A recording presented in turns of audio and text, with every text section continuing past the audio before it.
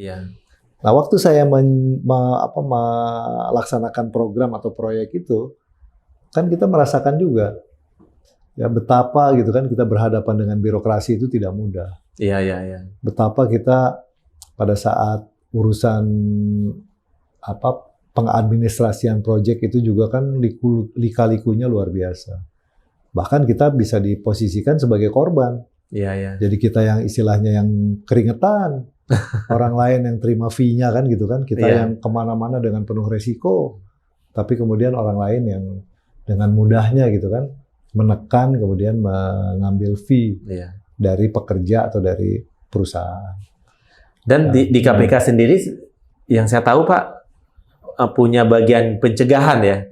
Pencegahan sebenarnya lebih dominan dibandingkan dengan yang penangkapan ya. Ya, jadi memang kan gini. Sebagian besar itu kan kalau kita mau ke perbaikan sistem ya dari pencegahan. Iya. Kan itu yang harus didahulukan jadi, kan. Nah, tadi yang saya nyambung dengan apa yang terjadi yang saya alami. Iya. Ya begitu masuk ke KPK kan nomor satu seperti tadi membuat sistem perizinan satu atap aja. Iya. Kan itu bagian dari reformasi birokrasi. Benar. Kan? Nah kemudian ada lagi hal-hal lain misalnya bagaimana sistem pencegahan korupsi ini ya juga dibangun di instansi dan lembaga. Iya. Nah, jadi sebetulnya kalau kita ukur secara keseluruhan, tentu yang paling dominan, yang paling mungkin menyelamatkan uang negara dari korupsi itu ya dari pencegahan. Iya benar. Kalau yang sudah terjadi kan ditindak kan, penindakan. Ya. Nah, di pencegahan itulah mulai dari edukasi, mulai dari perbaikan sistem, mulai dari perbaikan sistem penggajian, kemudian juga mungkin pemahaman tentang hukum dan aturan kan gitu. Nah, di situ yang kita fokuskan. Nah, penindakan tentu ada dan ini menjadi semacam penguatan lah ya dari seluruh rangkaian proses pencegahan dan penindakan korupsi ya tentu harus ada penindakan. Iya. Sebetulnya KPK itu Indonesia belajar dari negara mana sih Pak? Waktu itu yang mungkin salah satu lembaga pemberantasan korupsi pertama itu Hong Kong. Hong Kong. Ya. Dan Indonesia kalau nggak salah sih waktu itu juga masih di dunia juga belum banyak yang belum ada malah ya. Ya, jadi benchmarknya itu Hong Kong ya. Kemudian setelah Hong Kong, Korea, Singapura salah satu yang lebih dulu. Singapura kalau nggak salah CPIB namanya, Corrupt Practices Investigation Bureau namanya Singapura. Itu didirikan tahun 67. Kemudian juga Malaysia juga salah satu negara yang sudah duluan juga memiliki lembaga anti rasuah ya. Kita belajar lah dari banyak negara, tapi kemudian kita berhasil juga membuat usaha-usaha pencegahan dan pemberantasan korupsi itu juga menjadi sebuah kesepakatan dunia kan. Bahwa banyak pengusaha, kemudian banyak juga sektor ekonomi yang terhambat pertumbuhannya karena korupsi. Nah ini yang kemudian menjadi kekuatan bersama dunia untuk melawan korupsi. Iya. Dan itu tugas yang paling, menurut saya sih tugas paling mulia Pak ya. Ada teman-teman di KPK yang mulai dari pencegahan sampai penindakan yang akhirnya memberikan efek jera juga kan. Iya betul. Nah masuk ke ini Pak Wakil. Kan meninggalkan zona nyaman. Istilahnya mau turun pangkat walaupun juga belum pasti kan. Dan di KPK juga sudah mengundurkan diri kan nggak mungkin balik lagi kan. Gambling berpasangan dengan Pak Bima Arya maju jadi calon wakil wali kota di Kota Bogor. Sebetulnya sih gambarnya seperti apa sih Pak waktu itu? Kok yakin gitu atau kok mau meninggalkan zona nyaman di KPK ya? Ya, yang pasti kan saya sebagai orang Bogor ya, pingin ada kemajuan juga di Kota Bogor. Saya melihat di eranya Pak Bima ini banyak sekali perubahan-perubahan ya, langkah-langkah yang diambil yang lebih saya cenderung bisa katakan lebih ke on the track gitu kan. Itu di awal periode pertama dulu ya. Jadi misalnya bagaimana menata kota, bagaimana membangun kecintaan masyarakat kepada kotanya. Kotanya, ya. Kemudian bagaimana birokrasi juga dibangun untuk betul-betul melayani masyarakat. Nah, itu kemudian saya melihat satu sisi ya sebagai peluang. Ya. Nah, kalau misalnya saya bisa bantu Pak Bima, apalagi saya cukup paham lah ya tentang Bogor karena memang dari kecil tinggal di Bogor, keluarga juga di Bogor. Ya paling tidak bisa ikut mewarnai lah di Kota Bogor ya. Dan ya alhamdulillah kepilih jadi wakil wali kota berpasangan dengan Pak Bima Arya.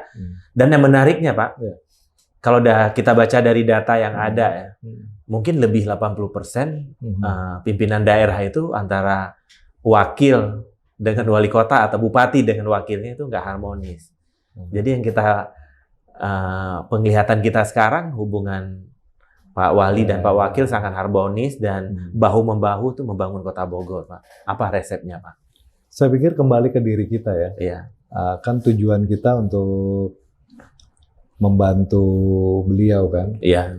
Jadi kalau membantu tentu dalam pemikiran sederhana, ya jangan memberatkan dia gitu kan, jangan memberatkan wali kota. Kalau bisa menambah peluang untuk memperluas area-area yang bisa dibenahi kan. Iya.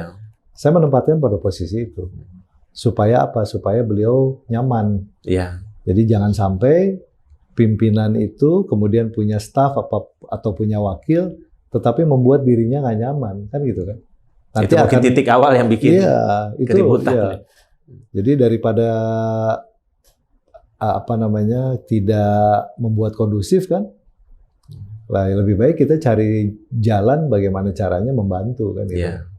Dan sekarang alhamdulillah berjalan terus ini udah tahun ketiga ya. Tahun ketiga, alhamdulillah hampir boleh dibilang nggak ada friksi ya. Iya. Saya menghormati beliau, saya lapor, kita diskusi, beliau juga memberikan kepercayaan, dan bahkan beliau kan sebagai ketua Apeksi, ketua Alti, ketua Presidium Kota Pusaka, mau pergi kemana aja juga dengan hati yang tenang. Meninggalkan Bogor juga mau keluar negeri, mau kemana, nggak ada kepikiran tuh nanti ada jalan nggak gitu itu. Jalan nggak, surat nanti ini nggak ada, silakan. Yang penting berangkat sehat selamat, pulang sehat selamat kan nggak ada apa-apa. Dan totalitas Pak Wakil ada di lapangan. Iya, dan saya melaksanakan tugas-tugas itu gitu kan, dan tidak istilahnya tidak merecoki atau tidak mengganggu kan gitu kan, tapi justru mendukung dan sama-sama menguatkan. Ya, dan kita juga ya mungkin semua daerah sekarang kan belajarnya ke Kota Bogor. Ya terlepas dari kita juga sudah ada 3 tahun terakhir lah ya perubahan luar biasa di Kota Bogor. Tantangan selama ini apa sih Pak? Sebetulnya kan pembangunan itu bukan hanya pembangunan infrastruktur saja ya, bukan pembangunan fisik, tapi juga yang penting pembangunan manusianya.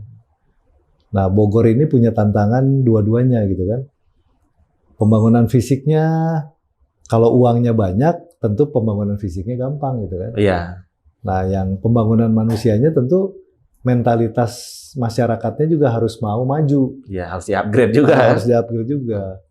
Dan tantangan kita saat ini adalah sama hampir semua di Indonesia tentang permasalahan sosial ya, permasalahan kesejahteraan masyarakat, persoalan tentang ekonomi.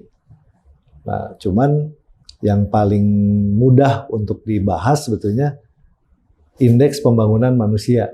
Nah, indeks pembangunan manusia Kota Bogor itu ada di peringkat nomor 4 se-Jawa Barat.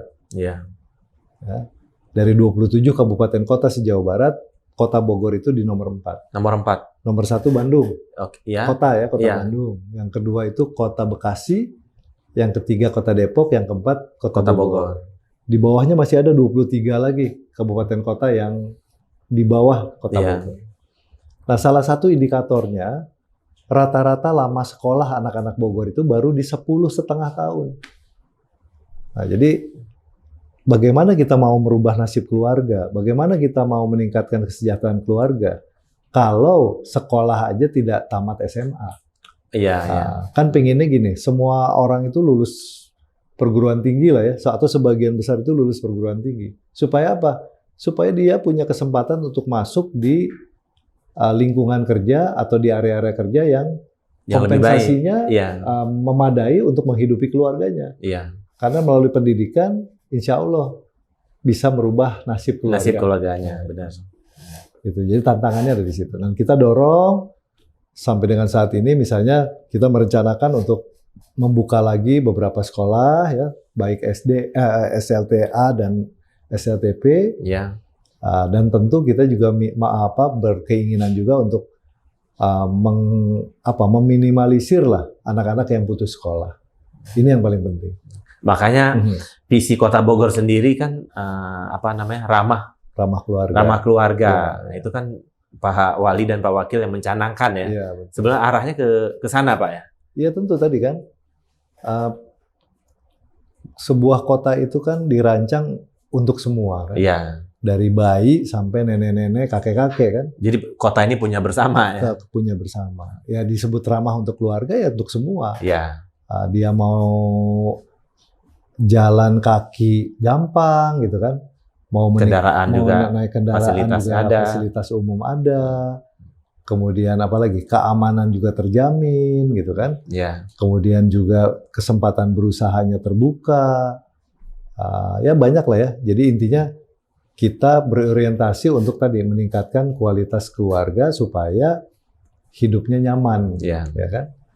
Nah, kalau kita bicara teorinya mungkin seluruh OPD, ya, organisasi perangkat daerah itu harusnya punya satu tujuan yang sama. Iya. Jadi ujung-ujungnya apa? Mau dia dinas kesehatan, ujung-ujungnya ramah keluarga. Mau dinas sosial, ujung-ujungnya ramah keluarga. Nah, ini harus ada satu satu pola supaya anggaran dan juga program kegiatannya mengacu ke sana. Iya. Nah, masuk ke ini Pak Wakil. Kan sekarang Bogor itu diidentik dengan ibu kota. Karena Pak Presiden juga secara de facto kan tinggal di Bogor selama 7 hari. Nah, tapi kan sebentar lagi juga akan pindah ibu kota ke Kalimantan. Gimana persiapan Kota Bogor menghadapi tantangan ini? Ya, jadi memang dari data meskipun kita Presiden tinggal di Kota Bogor dan banyak aktivitas pemerintah pusat di Kota Bogor, ternyata tantangannya belum selesai. Karena ekonomi Kota Bogor ini, kalau kita bicara data statistik, itu hidupnya dari kegiatan atau aktivitas pemerintah pusat di Kota Bogor. Jadi hotel-hotel dari kementerian, dari betul. Jadi hotel yang dari mulai Wisma ya sampai dengan bintang 4 di Bogor, dari Senin sampai Jumat itu isinya adalah kementerian dan lembaga. Nah, jadi Kota Bogor ini belum masuk kategori kota wisata karena dari data statistik belum menunjukkan itu. Misalnya Jumat sampai Minggu mereka lebih cenderung misalnya meeting kantoran. Bukan. Kalau itu Senin sampai Jumat. Iya. Tapi Sabtu dan Minggu misalnya lebih ke acara keluarga ya, wisuda, pernikahan, bukan dominan wisata. Belum. Nah, bisa dibayangkan nanti kalau ibu kotanya pindah kan? Iya. Pasti kondisi yang terjadi di Bogor pada hari ini akan berubah drastis. Akan pindah ke Balikpapan, ke Samarinda dan Penajam Pasir. Nah, yang harus kita persiapkan itu adalah bagaimana mengisi hotel yang ditinggalkan instansi karena pindah ke Kalimantan. Iya. Nah, ini kan kita harus pikirkan bersama. Tapi intinya supaya Kota Bogor ini hidup ya, dan ekonominya juga bergulir, kita harus betul-betul menjadikan Kota Bogor ini kota pariwisata. Kesiapan Kota Bogor baik secara infrastruktur maupun secara manusianya siap menjadi kota pariwisata. Nah, ini yang kita sedang siapkan. Makanya Bogor juga mempersiapkan diri dari sisi transportasi, fasilitas umum, taman, kan udah punya alun-alun. Jadi apa yang di sisa periode Pak Wakil ini yang belum belum terwujud apa kira-kira Pak? Dan apa targetnya di sisa? Ya, sebetulnya kalau dari persoalan anggaran ya, Iya. Yang paling penting itu ada penambahan panjang jalan ya.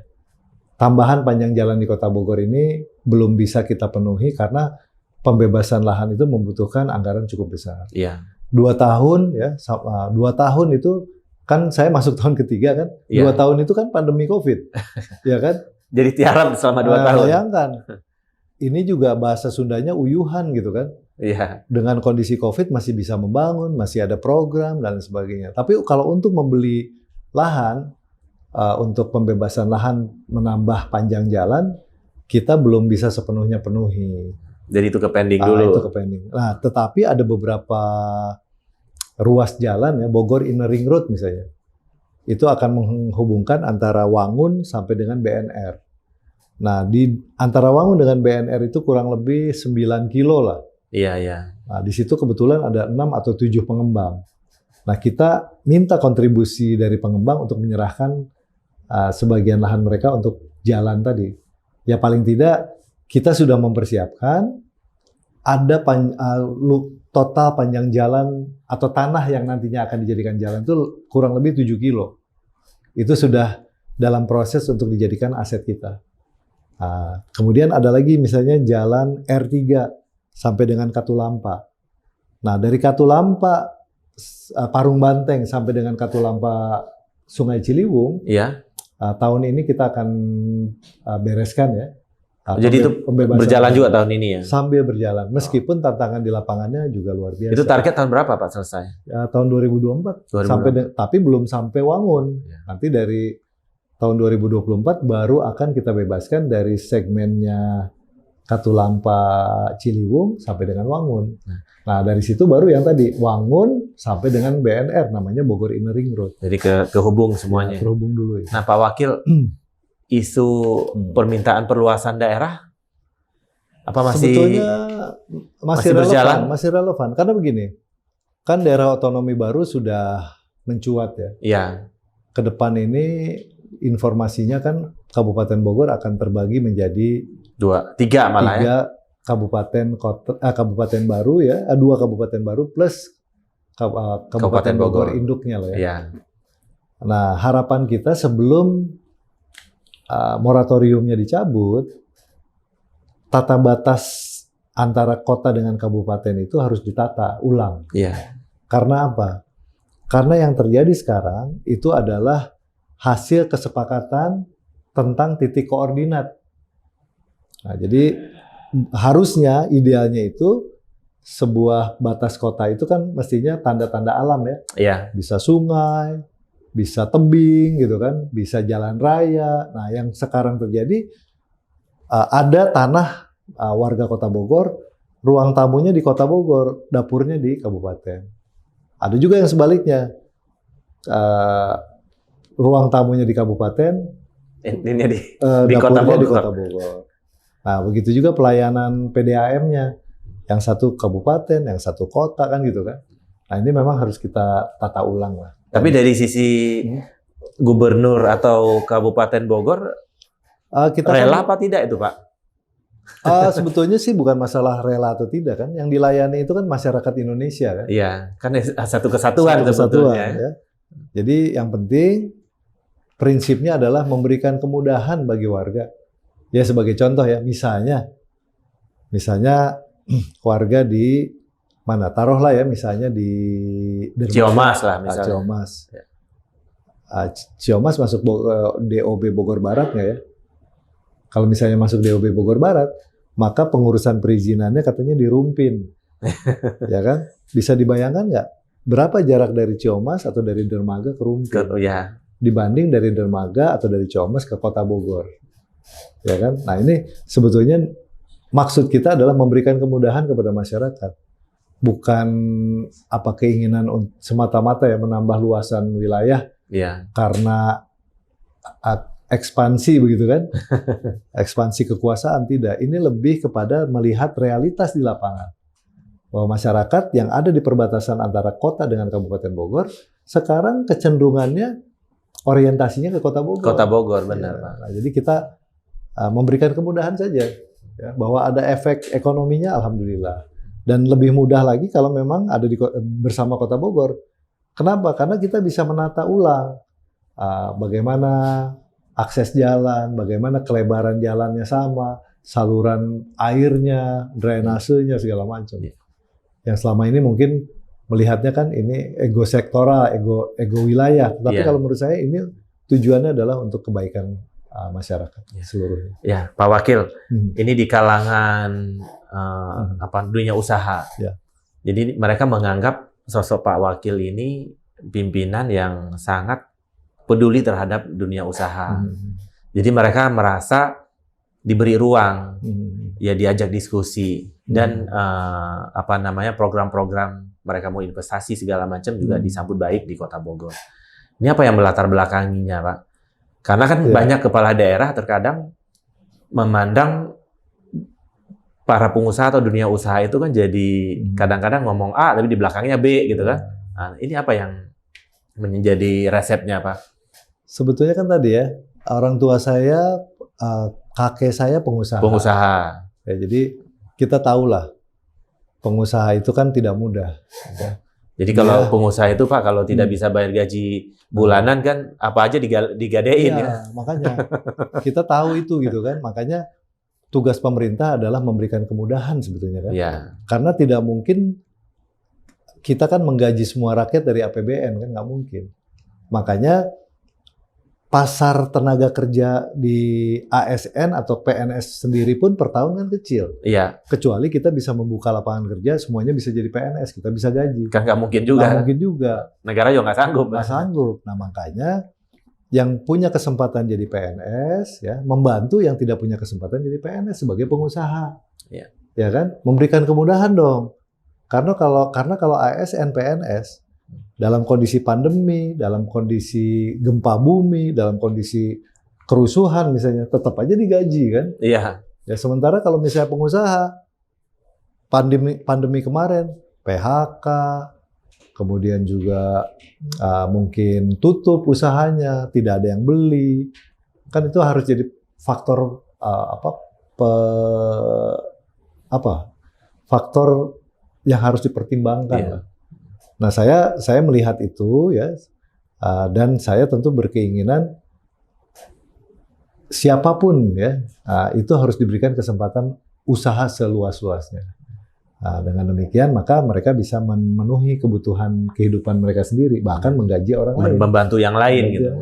Dan di Kota Bogor sendiri UKM atau UMKM kan sangat banyak, Pak. Ya. Dan ini juga diberi ruang kan bagaimana mereka juga bisa tumbuh dan bisa berkembang di Kota Bogor. Betul. Dan ini sahabat Kang Mus, Pak Wakil kita ini memang totalitas buat Kota Bogor. Jadi tiap hari dari kalau kita lihat di IG beliau dari subuh udah meninggalkan rumah, jadi masuk ke masyarakat, membantu masyarakat.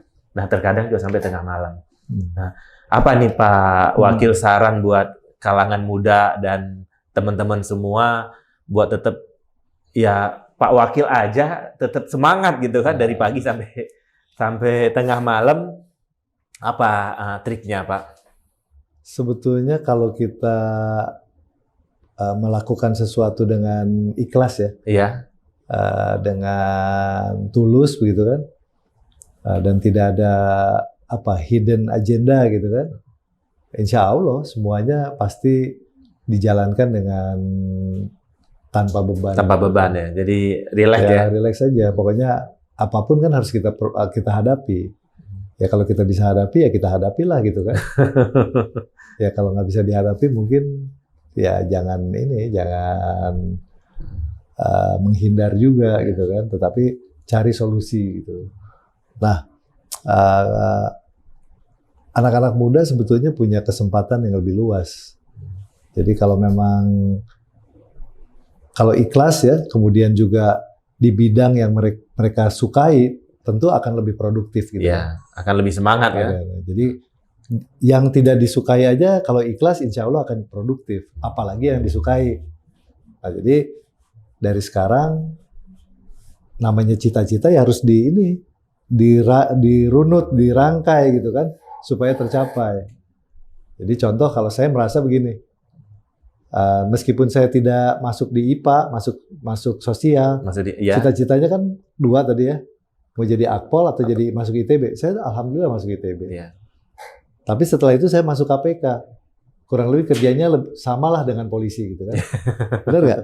Karena sebagian teman-teman juga polisi waktu itu. Iya, jadi sebetulnya kalau kita rileks aja dan Allah pasti sudah mengatur ya. Ngatur. Jadi saya pikir, oh ya, cita-cita saya dikabulin semua gitu kan. Yang penting bekerja ikhlas. Pokoknya ikhlas aja gitu kan. Bahwa kemudian saya sekarang di Bogor, ya karena saya juga punya keinginan untuk membantu Pak Bima, kemudian juga cinta kepada Kota Bogor dan ingin juga membantu bagaimana masyarakat Kota Bogor lebih maju berkembang. Lebih baik lagi ya.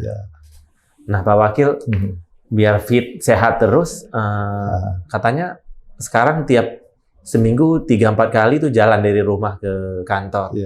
Berapa kilo itu Pak? Hampir 7 kilo lah. 7 kilo ya? 7 kilo ya. Itu apa sekalian melihat titik-titik di mana wilayah yang belum tertata rapi? Ada misi yang lain atau gimana?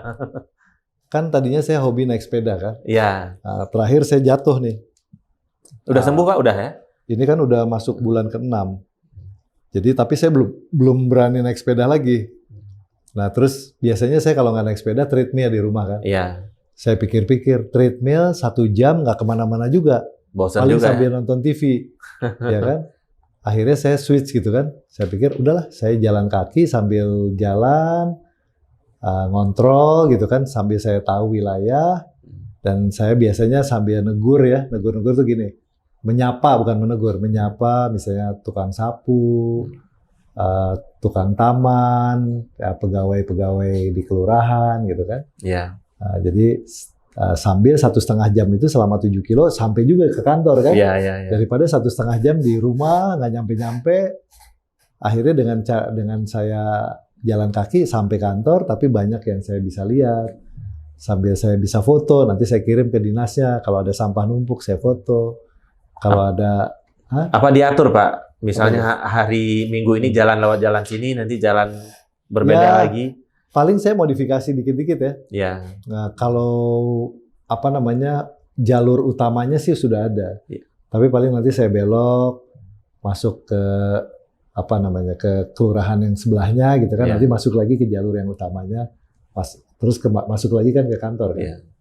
Tapi nggak bisa dipungkiri kan Kota Bogor itu yang pertama udah indah, kedua nyaman, terus juga aman. Yang faktor yang lebih penting lagi kan aman ya. Betul, jadi masyarakat juga jalan kaki atau bawa kendaraan segala macam juga aman.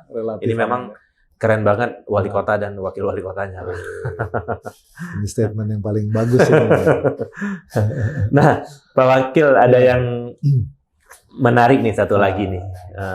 Mau saya tanyakan. Katanya kalau Pak Wakil itu kalau dulu kan waktu zaman di KPK atau di masih bisnis sendiri kan sering keluar kota. Bener nggak sih Pak katanya kalau nginep di hotel itu takut sama hantu atau yang gaib gitu Pak? Bener nggak sih Pak? Saya saya kadang-kadang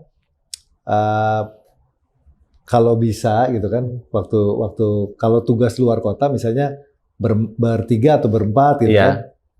Ya kalau misalnya bisa ditemenin jadinya berdua gitu kan, jadi nggak sepi-sepi amat gitu. Ada teman kan? Ada teman. Karena kalau salah nyari teman gitu kan. Jadi saya kebanyakan sih waktu di KPK saya jarang nginep ya.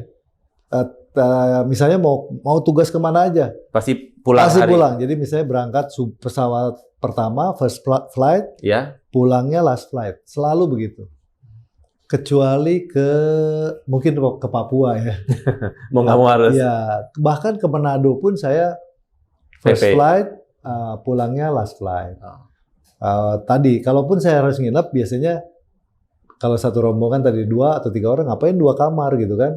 Ya. Paling kita selesai acara jam 8 malam, besok paginya harus sudah berangkat lagi, udah 1 kamar aja gitu kan. Toh teman-teman juga kan. Iya. Daripada efisien kan gitu kan. Sebetulnya itulah. Kalau takut ya kadang-kadang ada juga lah namanya di hotel ya, di tempat yang baru. Apalagi kemarin pandemi, hotel yang jarang-jarang ditempatin, tambah serem. Kaca diketokin gitu kan, kadang-kadang ada juga. Ya, tapi kalau ada teman kayaknya tidurnya lebih nyenyak gitu aja. Gitu. Ya, Kang Mus. Ya, oke. Sahabat Kang Mus, luar biasa kita banyak menggali dari Pak Wakil, banyak inspirasi yang bisa kita petik ya. Jadi ternyata dulu pernah tinggal kelas Pak ya, tapi mimpinya jadi pejabat di KPK, jadi wakil wali kota, dan kita doakan nanti jadi next jadi wali kota. Amin ya. Amin. Nah, jadi selama kita punya mimpi, selama kita bekerja keras, jujur, tekun Pak ya tadi disampaikan, insya Allah semua keinginan dan mimpi kita akan terwujud. Terima kasih Pak Wakil Wali Kota, sehat selalu, tercapai semua mimpi yang ke depan dan cita-citanya. Semoga terus memberikan yang terbaik buat masyarakat Kota Bogor. Sahabat Kang Mus, demikian pertemuan kita kali ini. Stay tune terus di podcast Kang Mus Inspiration. Terima kasih. Assalamualaikum warahmatullahi wabarakatuh.